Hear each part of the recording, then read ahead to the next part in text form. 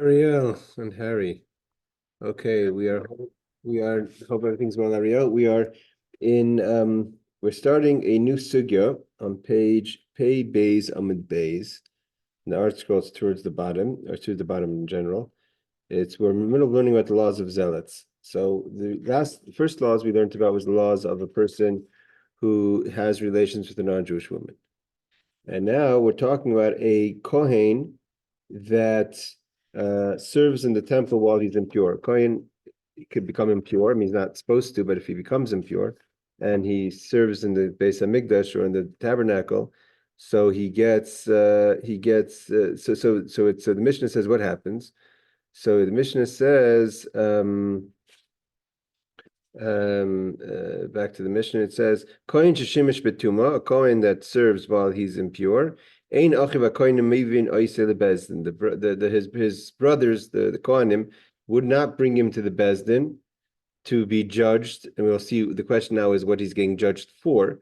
But elepirche kahuna, the young priests, they would take him outside of the temple space. And they would beat him to death with poles. So they would never bring him. They would beat him to death, and that's an act of a zealot, right? They're acting on their own. Okay. So now the Mishnah is going to go into. We're not going to talk about the laws of zealots that we already discussed. We're going to talk about what would be the case if they didn't beat him to death and they brought him to the bezdin. What kind of ruling would be for a person, a Kohen, who serves while he is impure? So, boy mine Rav Acha bar Huna mirav Sheshes. The Rav Acha, the son of Huna, asked from Rav Sheshes, Kohen sheshimash betuma chayv misa b'dei shemayim or ein chayv misa b'dei shemayim? Is a Kohen who serves while he is impure, if definitely the Bezdin wouldn't put him to death, because we don't find that he gets put to death by Bezdin. But the question is, does he get punished by God, so to say, by heaven? It's called Misa b'dei Shemaim, death by heaven. So is he going to be killed does he get killed by God or not? This is basically punishable by death by God. So he says, Amallah, he says, Tinisuo, we learned in the Mishnah. What did we learn? That Kohen sheshimesh betuma, a Kohen, a priest that serves while he's impure, his brothers will not bring him to the Bezdin. Why? The young priest, they take him outside the temple space, the sanctuary, and they would beat him to death with poles. It says they would actually bash his head in. The Reb Sheshes says, if you would think that anyways he's going to be killed by heaven, is the Shavke delicto b'dei shemayim, let him be killed by heaven. Why would the Kohanim have to take action as zealots and beat him to death? Let God do what God's going to do anyways. So from this Reb Sheshes comes that no, that he doesn't get punished by a death sentence, so to say, by heaven. And the brothers, the Kohanim, are so upset at him as in an act of zealots, they beat him to death because he shouldn't have served while he's obviously, when he did it intentionally, not by mistake, that he served while he was impure. So Elamai, so Rabacha Bar Huna says to Ravashi, what do you want to tell me? That he's not going to get the death sentence from heaven, and that's why the brothers, the Kohen, beat him to death. So the Ravacha says, what kind of thing is this? That God says, no, I'm not going to kill the person. Whatever the punishment is another punishment. Maybe Malchus will see, but definitely he doesn't get killed by God. And now we're going to go and have him. The Kohanim are going to act as zealots and beat him to death. What kind of behavior is that? So the Gemara says, hold on, Shuki's I think Shuki's either trying to come in or he's not feeling well. He wasn't feeling well today. Hold on. He's coming on soon. Okay. Again, so the Gemara asks the question: is there something that the heaven would not issue, so to say, a death sentence on him, and we're going to go kill him, right? Back in the Gemara says "V'nikdolai v'loi," and is that not the case? The Gemara says, "What do you mean? We find other cases where even if the Torah doesn't give the person a death sentence, whether it's by the Bezdin or by heaven, nevertheless a zealot sometimes will take action." But now we learned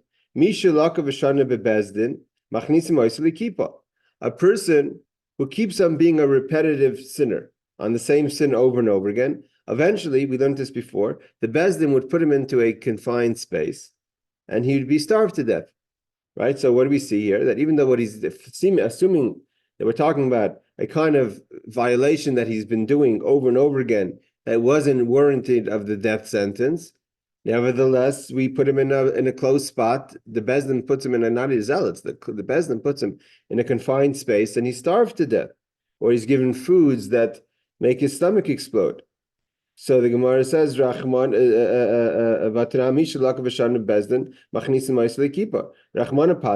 Katlinan." The Torah, Rachmana, meaning over here, the merciful, meaning God, doesn't find the guy worthy of death, the person, he or she, worthy of death. But non-Katlina, nevertheless, the Bezdin sees if a person repeats the same violation over and over again, the Bezdin will take action, not killing him or her by one of the four ways of the death sentence, but by putting them in a confined space and feeding them, so to say, to death, or starving, feeding, whatever the way was. The basic way was that we learned this already. They would feed them very little food, so they'd be starving, and then they'd give them barley, and the barley would cause them to their stomachs to explode. All right. But the Gemara says no. We have what Rabbi Yirmiyah said in the name of Rish Lakish. We're talking about a case where the person will get lashes for doing the sin, and we've given the person lashes over and over again. But this is a case of lashes in a kind of violation that also has within it the laws of Karis, meaning to say, Karis, the person gets cut off from Hashem. The Gavra Bakatlahu, this person is a dead man anyways. He's going to be killed by God with the death of Karis. And nevertheless, he gets, and so therefore, the Bezdin will put him in and put him into the feeding to get put to death. But in a case where there's no sentence by God in heaven or in court to put this person to death, because a zealot can't come, the young Kohanim can't come and just beat the person to death. I just want to see one thing. We have a law. I'm not sure if he speaks about it in the commentary. I see this long commentary. We have a law that a person who gets lashes for a violation, for a transgression that has the punishment of karis, of being cut off. If I'm not mistaken, the Rambam says so that if the person gets the lashes and does tshuva, doesn't get the punishment of karis. It could be in this case because the person is doing it over and over again. I forgot what we learned. Because the person is doing it over and over again, so therefore we see it's not a real tshuva, and then the person would get karis, and in this case the Bezdin puts him to death by a way of feeding. Okay, but either way, we see from the case that they try to bring proof that the only time the Bezdin can take an outside action, or a zealot is allowed to take an outside action, is if it's connected to the death sentence. So basically, back to our original question, what is the punishment for a person who serves in the Beis Hamikdash while, meaning a Kohen that serves in the Beis Hamikdash while they're impure? So find another case. So in another case we find where a person does something that a zealot can kill the person, but the punishment isn't a punishment by death. We learned in our own Mishnah, someone who steals a part of the Beis Hamikdash, like someone puts in their pocket something, a valuable article of the artifact of the Beis Hamikdash, gets also a zealot can kill them. So the Gemara says not so Rav Shesha says not a proof. Rav Yehuda, Rav Ach says not a proof. Rav Yehuda says Bekli Sharas Askinan. They're talking about something, not just that he stole something in the temple. He stole something that's part of the service of the Beis Hamikdash. We have a hint that says, La yavi liros kivla. Don't be a person who's swallowing something up, like you're stealing something from the Beis Hamikdash. As a kodesh, something that's holy. But mesu, when you die, so you see clearly that he would get some sort of death punishment by God, and therefore the zealot can kill him. So they say another case, Vamakala, our Mishnah also brings a person who just curses another person as a koisem, a person who curses using an idol. So also there the zealot can kill them. Atani Rav Yosef, Rav Yosef said, Yaka koisem as koisme demechzik mevarches Hashem. We're talking about a case where a person uses the idol to curse chas v'shalom God. And because this person is using the idol to curse God, it's almost like a case of a person who's cursing God, which is also connected to getting the skila, the death sentence. So we're only talking about extreme things that a person does that a zealot or the bezdin can do an outside thing to kill the person. But here, if you're saying that Rab Sheshis answered Rab Acha, that he said again, the question was in the beginning. Rab Acha Barhuna asked Rab Sheshis, a priest that serves while he's impure, obviously intentionally. Hold on.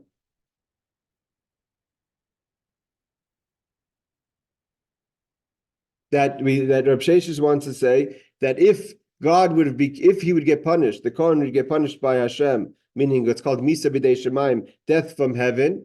So the Kohanim wouldn't bother beating him to death. So what does Rab Sheshis understand?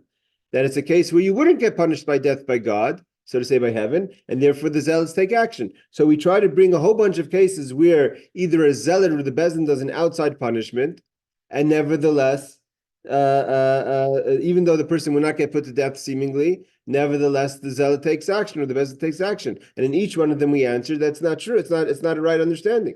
Each one of them are connected with some sort of death sentence, whether it's kares, whether it's something else, right? So we brought a whole bunch of cases where the only time they can take action is then the case where the person would die some way or another. Okay. So therefore, so we have one more case. So we brought, what were the cases? Let's just go over. What were the cases that we brought?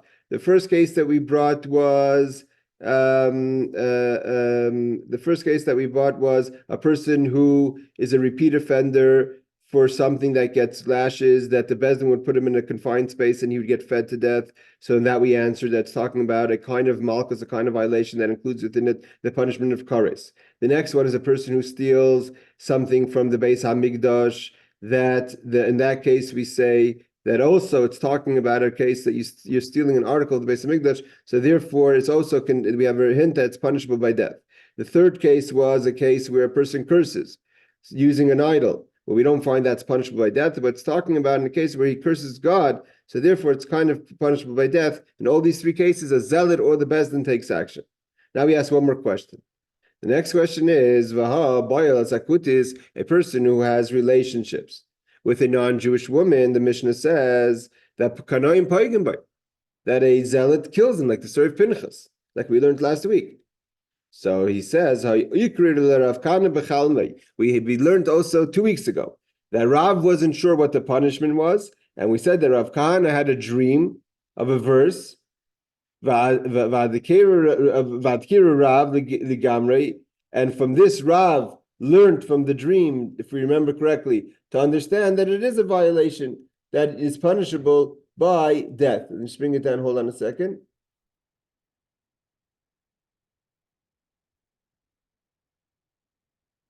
So therefore, we're still holding a question on Rav Sheshis, meaning to say that if we have no proof that if a Kohen, what's the law if a Kohen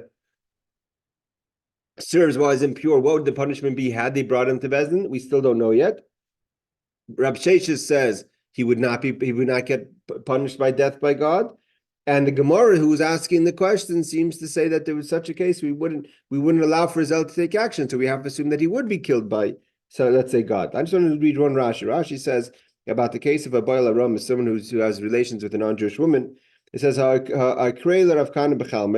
Rashi says he learned the pasuk. It says Yachres Almar Bar Karisu. So from here we see, I don't remember that Rashi said this in the previous Gemara. In the previous Gemara, we quoted this also. And it says like this, Bagdi Yehuda.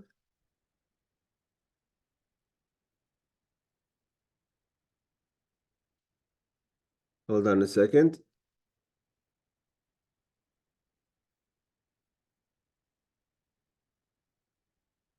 Let's see what we said in the Gemara.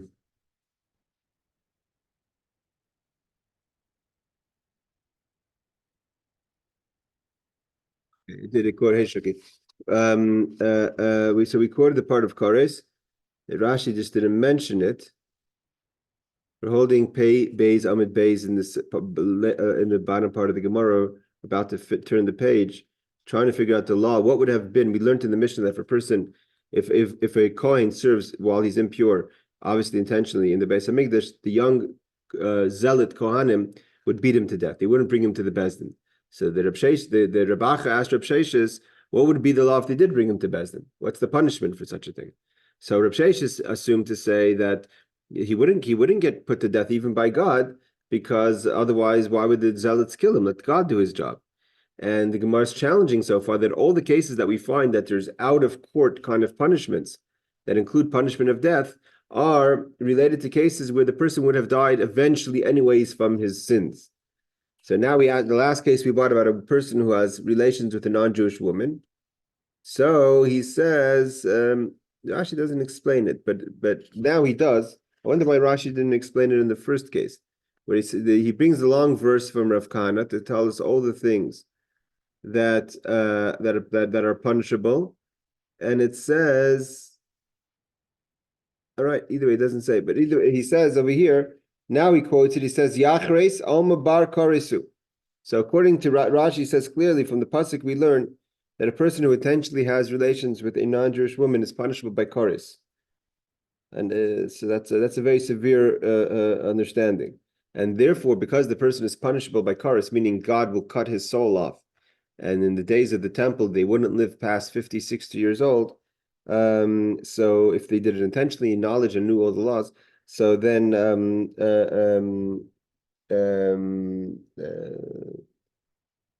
therefore the zealot is able to take action. Okay. So he says like this. So we're holding it. So far we have question on the ruling of Rab Sheshes.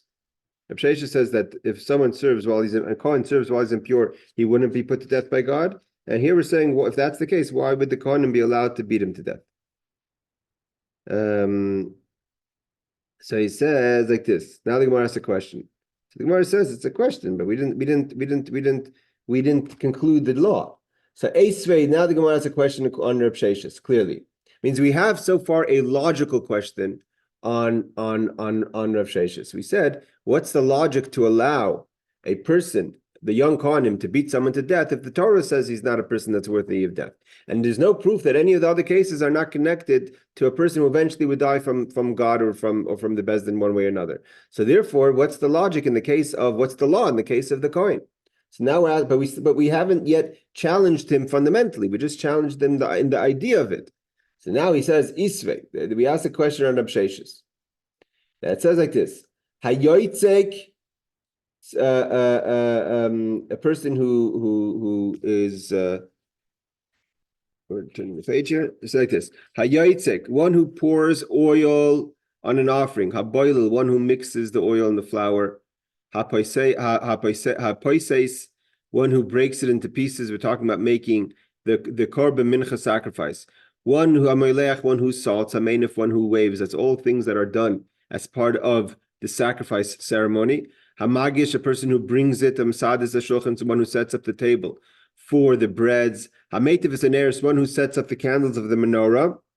V'hakoim, it's a person who does they would put their hand in to gather all the mix for the korban of the mincha. It'd be like a dough or batter. So you would put in your three front fingers to grab that amount, and that was what they put on the as a mincha sacrifice. A makabel damim, one who receives the blood.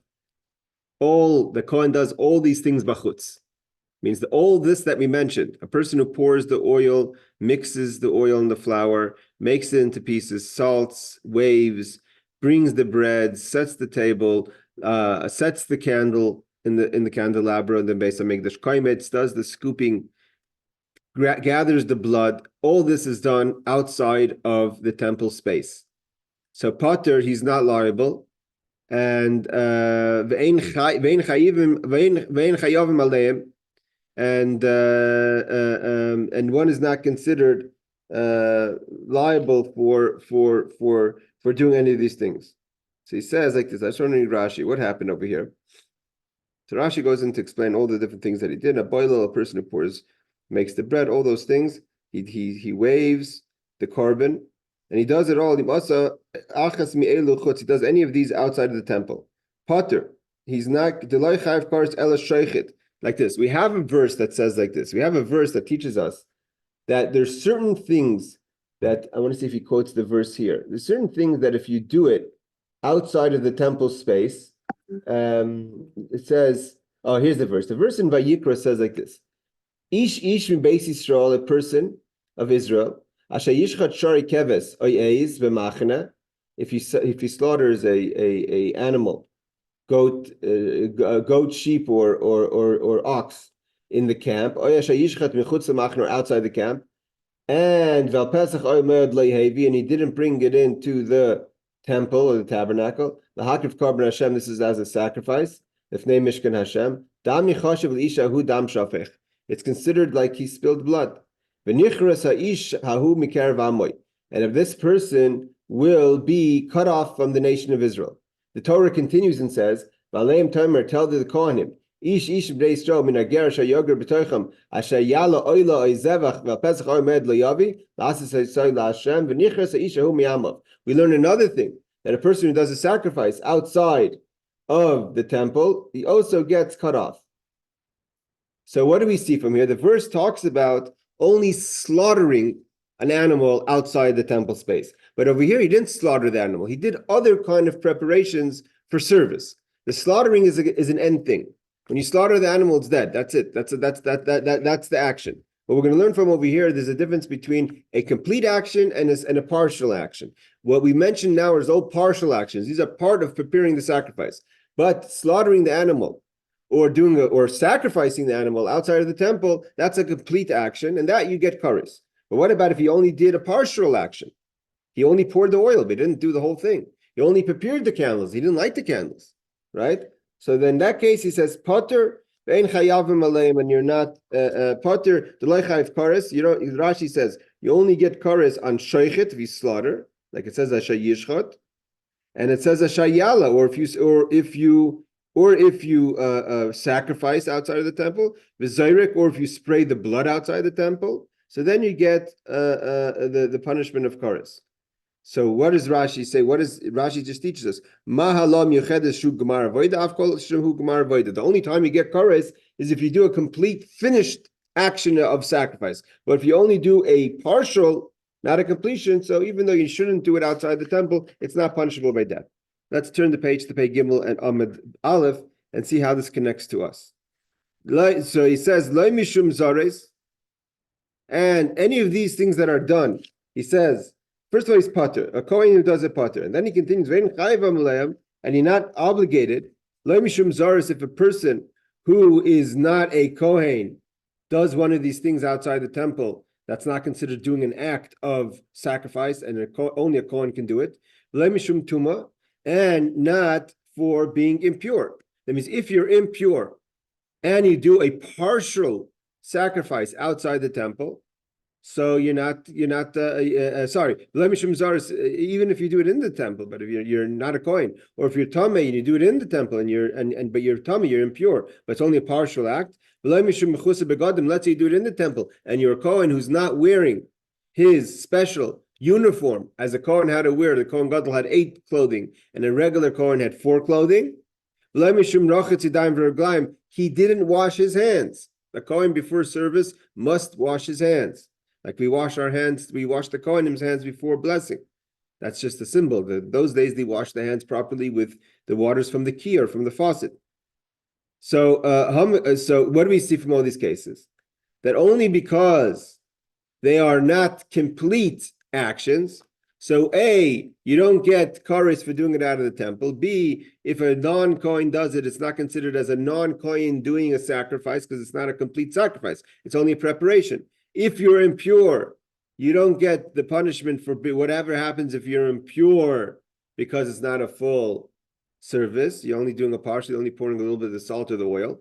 if you didn't wear the clothing, and a Kohen could only do service while he's wearing the clothing, like Rashi brings down. The inu nami the chsiv v'chagartim oisem avnet is manche b'gdeim alem. This is Rashi and the Rambam also quotes this, that a Kohen kunasam alem, that only a Kohen while he wears his garments is he considered the Kohen for service, and if he's not wearing his garments, he's like a foreigner who's doing a sacrifice. So we would think it's like this would be a punishable thing, but it's not, because what he did wasn't a real action. It wasn't a complete action. So all these different things, these are long Rashis to explain what are the violations of a zor, of a tamei, of a mechusar begadim, of a person who didn't wash his hands. These are 4 things, and the first one that's mentioned, that he did it outside of the temple space. So then he doesn't get punished. Why are we quoting this Mishnah? We're quoting this Mishnah to say that a person who does a partial, what's called a melacha, which is not tama, which is not complete, a partial sacrifice, is not considered punishable, whatever he did wrong, whether he wasn't wearing the clothing, he didn't wash his hands, he wasn't pure. But we said he wasn't pure, right? What happens if he did a complete sacrifice while he wasn't pure? He would get to the death sentence. So how could Rav Sheshes say that he does not get the death sentence, whether it's by God or by person, by the Bezdin, if a Kohen who's not pure serves in the temple? We have a clear Mishnah that says that V'loi Mishum Tum was only when he does a partial. Like the Gemara asks, Hamakater, but if he would sacrifice while he was impure, Chayev, he does get karas. My lav Misa, what does he get? What is he Chayev? He's Chayev Misa, death. And therefore, we see that even if the Kohen does something while he's impure and he gets a death sentence, nevertheless, the Kohen wouldn't bring him, the young Pirchei Kahuna wouldn't bring him to the Bezdin, they'd beat him to death. Wait, no, so Rabbi Sheshes says no. Doesn't say what punishment he would get. Lo Bahazar, he would get a warning. He would get a warning. And he wouldn't get the death sentence. So there's no proof that he's avoiding the death sentence by doing a partial and not doing a full service. But the Gemara says, what do you mean? We included in this a large group of things, right? Elazar nami lazara. So then if that's the case, if a person who's impure is only getting a warning, so too a foreigner, non-Kohen, should only get a warning if he sacrifices in the temple. But that's not the case. We learned, Vazar hakar v'yumes. A non-Kohen who sacrifices gets put to death. So the Gemara says, we're not learning all the Rashis, they're long Rashis, but the Rashis are just to explain us the different violations that the person could have done. So the Gemara answers, Hakiti Isa v'Hakiti Isa. That one is talking about death sentences, one's talking about a warning. It means even though we're included in one statement, the point is not to tell us about the punishment you would get. The point is to say if it's considered chayav or not. That if you do a partial, not a avodah tama, you're not chayiv, whatever your chayiv is, whatever the obligation is. And if you do a complete one, you are chayiv. So of course, and in the case of a foreigner, he gets put to death. In the case of a Kohen, he doesn't get put to death. It's a warning. Okay. So here we go. So okay. So hakadisa. All right. So the Gemara continues. So he says the mikla. So the Gemara says the yutzek uboilel lav namiloi. So what are you trying to say? If you want to say that a Kohen who serves while he's impure, all he gets is, it says you're not obligated. So what happens if you do a complete one? Then you're considered you've done something wrong. So that means to say that if a person just pours the oil or mixes the ingredients of the carbon mincha, there's no lav namiloi, there's no even violation. It's not, if you're trying to say that if you do a complete one, it's just a violation without death, so that means that doing a partial is allowed. Because it has to be a downgrade, right? You have to be going from lighter to more severe. Because it said that the problem is that the reason why it's not considered your pater is because pater means you're not found liable. It's not mutter. Pater and mutter are not the same things, right? We know the law of Shabbos. Whenever it says pater on Shabbos, means you're not considered you're not liable, but you're not allowed to do it. If you want to say something's permissible, you say with the word mutar. So he says over here, if that's the case, then yutzak. Then also, if a person mixes the oils, or boil or mixes the ingredients, lav namiloi. There's not even a violation if it's only done a partial thing outside of the temple. But Tanya, but it's not what we learned. Where do we know that person should not pour or mix the ingredients of the mincha outside of the temple? Talmud says that you should be holy, sanctify, and don't desecrate. Don't desecrate by doing something for the sacrifice outside of the temple. So the Gemara says midrabanan. It's only or also it's talking about it's talking about also in the case where a person's impure. Whatever the thing that's wrong with you, you're zar, you're impure, you didn't wash your hands. So, and it says you shouldn't make it a desecration. So the Gemara says it's not biblical, it's only rabbinic. The cross smachta b'alma, the verse that we're quoting, if it's rabbinic, why would you quote a biblical verse? A biblical verse should be as a biblical violation. So the Gemara says no. The cross smachta b'alma, the verse is only as a nasmachta, as a hint, as a support, but the violation itself is rabbinic. So the Gemara continues to ask Meisvei, ve'elu hein shebimisa tamish shimish. The Gemara says, but we learned another Mishnah. We learned a clear Mishnah that says clearly that what is that says the Eluhem Shemisa, these are the people that get put to death for doing wrong in their service, and one of them is a person who serves while he's impure. So you have to, okay, so we went through a whole piece of Gemara which taught us a lot, but in between the beginning and the end of the Gemara, it comes to a contradiction. We opened up today's class asking, the Gemara asked, what is that if a Kohen serves while he's impure in the temple? So the Mishnah says that the zealot young Kohanim would not bring him to the Beis Din for doing such a violation. They would beat him to death. We wanted to know what would be the law had they brought him to the Beis Din. I mean, let's say someone wasn't acting as a zealot. The Rambam also quotes this Mishnah, so that the zealots would beat him to death. But what happens? That's a zealot. What happens if they brought him to the Beis Din? What is the punishment officially on paper? So the Reb Sheshes says the punishment is there's no death sentence. And based on that, we asked, how could the Torah allow the Kohanim to beat him to death if the Torah itself doesn't find him liable to be put to death? And Reb Sheshes answers, if he'd be put to death, why would they bother beating him to death?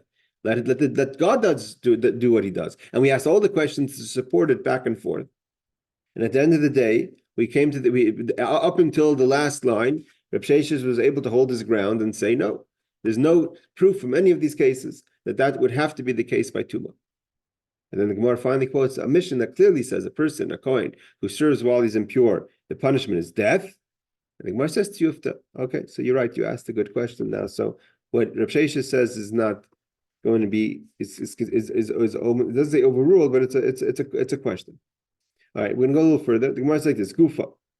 It's not this is a little difficult Gemara to follow, but we're gonna continue with it. We have a page and a half left to finish the parak.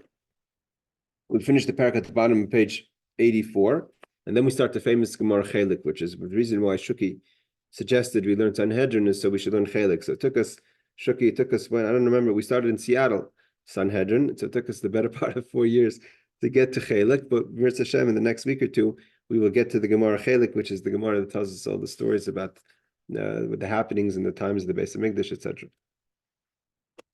Okay. Yeah, somewhere in there it talks about having patience, so I think it's a good thing. It's a good thing, yeah. Wait, 4 years it took us. Okay, let's say like this. Gufa. We learned ve'elu shebemisa. These are the things that a person gets punished by death. The oichel setevel, a person who eats non-tithed fruits. In the times in Eretz Yisrael and in the times of the temple, tithing was biblical, and it's the non-tithed fruits is called tevel. So a person who eats tevel is death sentence. Kohen tameh she'oichel truma, or a non-pure Kohen who's given the truma, the tithings, and while he's supposed to eat it only while he's pure, and he eats it while he's impure. Yeah. I don't believe people appreciate how difficult it is to stay pure, right? Anytime you go to a cemetery, you're impure. So there's so many different things that can make you impure. And the Kohen had to eat the tithings, the truma, while he was pure. So the Kohen tamish achal truma. tahira. The truma had to be pure. It means the truma itself was pure, and he ate it while he was impure. Another thing that a person gets a death sentence, a non-Kohen that eats truma. Once the fruit gets the tithings, truma meishers are two types of tithings, right? Tithings that we took. One went to the Kohen, one went to the Levite. But truma had to stay pure. Meisher did not. That went to the Levi. So he says that a zar, a non-Kohen that eats truma once it's been tithed, once he took the tithing, also punished by death. Next thing is zar shishimish, a non-Kohen that tries to serve as a Kohen in the temple. It's punishable by death. And like we just quoted, v'tamish shishimish, a non-pure Kohen that serves in the temple, punished by death. So this was what we quoted before as a question on Rab Sheshes. Also, v'tful yom shishimish, a person who went to the mikveh but doesn't wait until the evening to become pure. So he goes to the mikveh, but he hasn't yet waited for the sun to set and serves. It's also punishment by death. Machus begadim, a person who is not wearing the proper clothing for a kohen. Hold on a second. Machus begadim, a kohen who's lacking his garments, also punished by death. And mechusar kapara, one who lacks atonement. So like he says over here in 18, and besides going to the mikvah, the zav or the zava would have to give would have to give sacrifices. So the person didn't do the kapara yet, the sacrifices to make themselves to cleanse themselves. So also they can't yet eat. A person didn't wash, a kohen did not wash their hands before the service. Suryayin, person who goes into the temple to serve a kohen while he's abbreviated, while he's drinking wine. That's why even till today, a kohen who's had a little l'chaim doesn't do the priestly blessings. That's why in Simchas Torah, because we have a kapis after kriya before musaf, there is no case of birchas kohenim in the musaf because the kohen could have said l'chaim. Upuri Reish, a kohen who allows their hair to grow for 30 days. So any one of those people or situations, all of them are punished by death. So let's just quickly go through them again. Someone who eats non-tithed fruit, someone who eats, a kohen who's impure that eats pure truma, tithings, a non-kohen that eats truma, a non-kohen that serves, a kohen that's impure that serves, a person who's impure who went to the mikveh, didn't wait till the evening, that serves, a kohen that serves while he is lacking the clothing of a kohen, a person, a woman or a man who's impure and hasn't yet brought the sacrifices and eats something that's kodesh, holy, and a person who has not washed their hands and feet. So a kohen who's obviously a kohen, a kohen that's under the influence of alcohol, and a kohen who let his hair grow longer. There's no such thing as a kohen that's allowed. Those laws we learned right away in Parshas Achrei. We're learning in Parshas. We learned in Parshas Shmini about the kohenim are not allowed to have beer or drink wine when they go into the temple. Okay, but those are the cases that's punished by death. However, Orel, a person who's uncircumcised. What does it mean uncircumcised? Like Rashi says, uncircumcised in this case means that because of a family condition, he couldn't be circumcised. The law is that if children of a single parent of a single couple, meaning a husband and wife, suffer from a kind of condition that circumcision could kill them, and it's been proven unfortunately by his siblings. So then he can't be the law is you can't circumcise it because it's been proven by the family that this family has a condition. It's a famous story of Baal Shem Tov, right, with the whole thing of the ointments.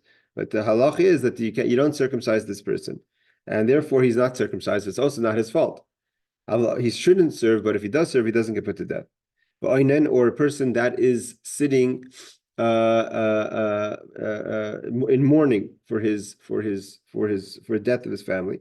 Yoshev, a person who's sitting.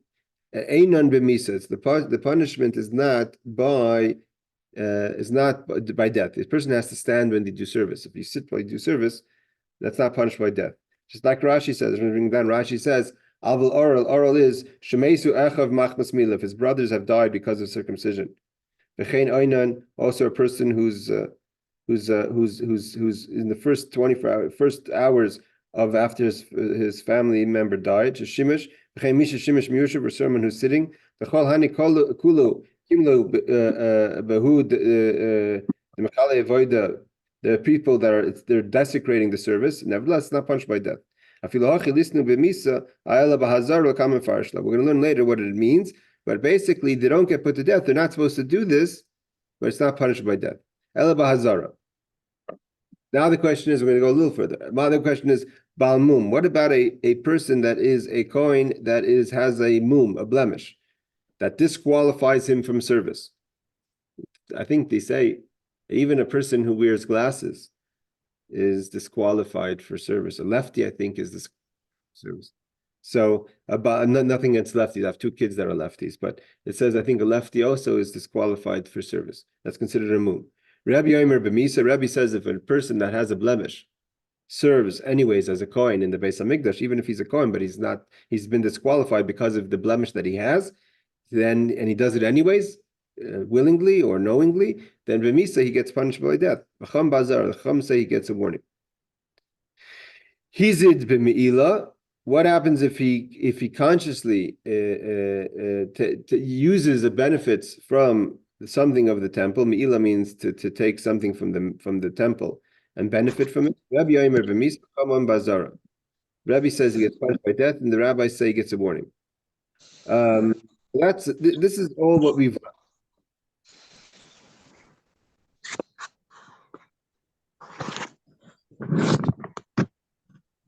Hold on, I'm trying to mute Beth. You're coming over a lot. Hold on. Okay, Aaron, what do you want to ask? You mentioned that there was a difference between the Rebbe and the rabbis. When that happens, who do we follow? What opinion? The Rebbe in this case is Rabbi Yehuda Nasi. He's the one who but the Mishnah.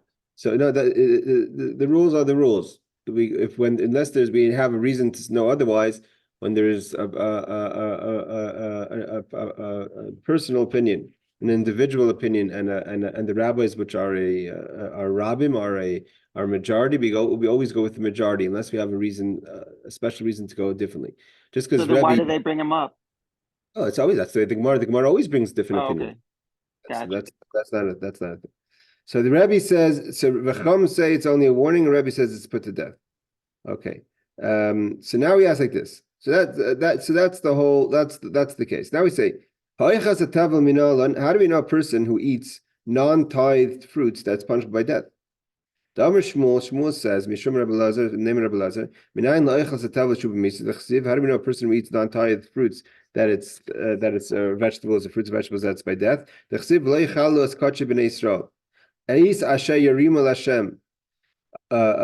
you should not.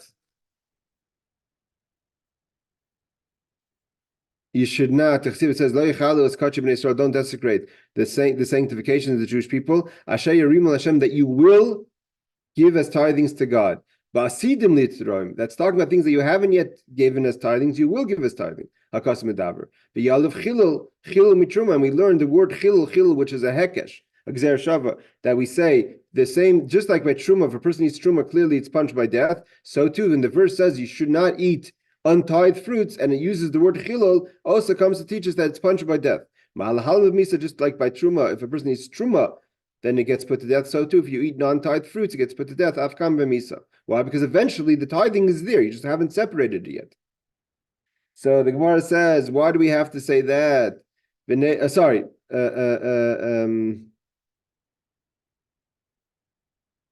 Yeah. So the Gemara says, let's learn that it's like that once we have the word chilul, why should we compare it to truma that gets punishable by death? Let it be like the laws of Noser, which if you eat leftover sacrifices, that it's the punishment by a different kind of punishment of death, which is kares, malahal mekares, afkam mekares, which means you get lashes. So the Gemara says, mistavr mitruma havale. It makes sense to try to compare it to truma versus noiser. Shekain truma chutz la'aretz hutra berabim.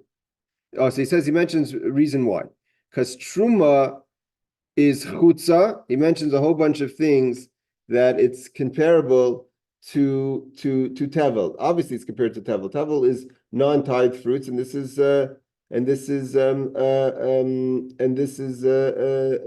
tithe fruits. So first, when he says truma chutza la'aretz, hainu, it's not really applicable biblically outside of Eretz Yisrael. Hutra, there's a way to make it permissible. That you can make it permissible by giving truma. And also a non-pure person who eats truma also is permissible if he goes to the mikvah. Rabim, that there's no, when it says the word v'lo yichalalu, it says it in a plural. Both of them are plural. Both of them are peiros, are fruits. And that noiser is a carbon.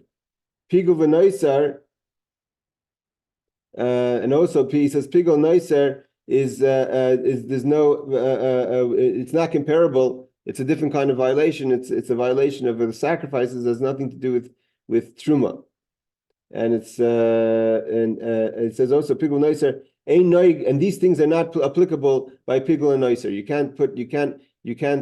can't change it by the fact if you go to the mikvah. You can't doesn't eventually become permissible. So therefore, it's easier to compare it to truma than to compare non-tithe fruits to tithe fruits than to compare non-tithe fruits to sacrifices that are left over.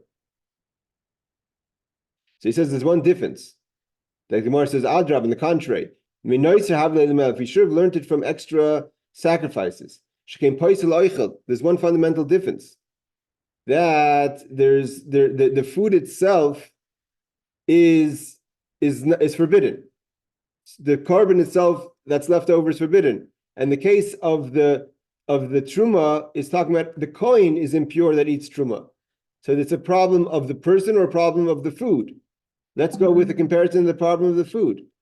The Gemara answers, Ein lo yhet b'mikvah, and also you can't make the food better by putting in the mikvah. You can't dip tevel into mikvah, where you could take truma, a person could go to the mikvah and become pure. So the Gemara says, Ha'anach nifshin. The Gemara says, I hear what you're saying, but it's more comparable to fruits than it is to a carbon left over. So we'll go with something that's more common, has more comparisons than the other one. Let's just finish this. Ravina says, Chil derab mechil derab madav. Better when it says v'yichalalu, nichalalu, the word is a better word to learn from. All right, we're going to stop here. We're still in the middle of this Gemara again. I know the guys, this is not maybe an easy Gemara to learn, but this is part of the Gemara, so this is what we're learning. We're holding on the bottom of the page, Pei Gimel Amud Aleph, which is Kohen Tamei She'achel Truma. How do we know the law that a non-pure Kohen that eats Truma that's pure, that it's punishable by death? And we're going to continue. The Gemara is going to continue. You know what? Sorry, if everyone just could bear with me for 3 minutes, we're going to finish the page. Just go fast. Kohen Tamei, I didn't realize so little left to the subject. Kohen Tamei, a non-pure Kohen that eats Truma. How do we know that it's punishable by death? Amar Shmuel says, "Minayin l'kol tamei." How do we know that a non-pure Kohen, she'achol truma, that eats from truma from tithing, which is pure, shehu b'misa, b'dei shemam, gets punished by God? Yechsiv v'shamras mishmarti v'layisu olav chet. You should keep my watchings. Make sure that you don't do something that violates the rules, and you won't have a sin.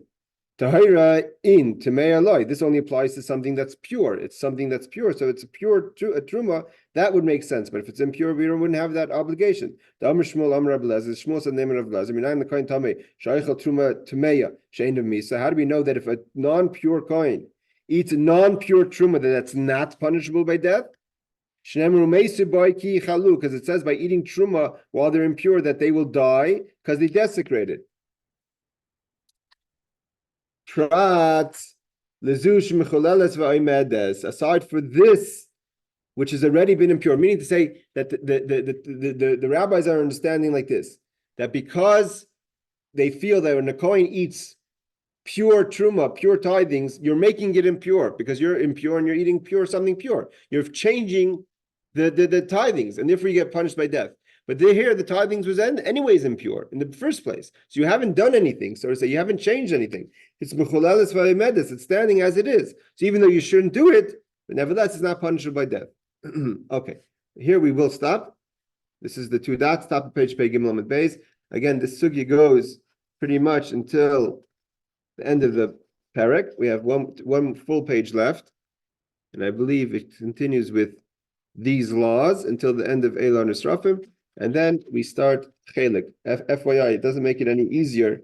Chelik will be more hard to learn. It may be more enjoyable because it's a Gada, but the understanding of it doesn't mean it's necessarily going to be easier to understand it. Either way, I wish to see you guys all next class. We will be in touch. Next class is not going to be, I think it's Pesach, so we're going to have to learn. I think after Pesach, I'll be in touch about when the next classes are. Have a good, wonderful evening, everyone. Take care. Laila Tov. Thank you, everyone, for joining.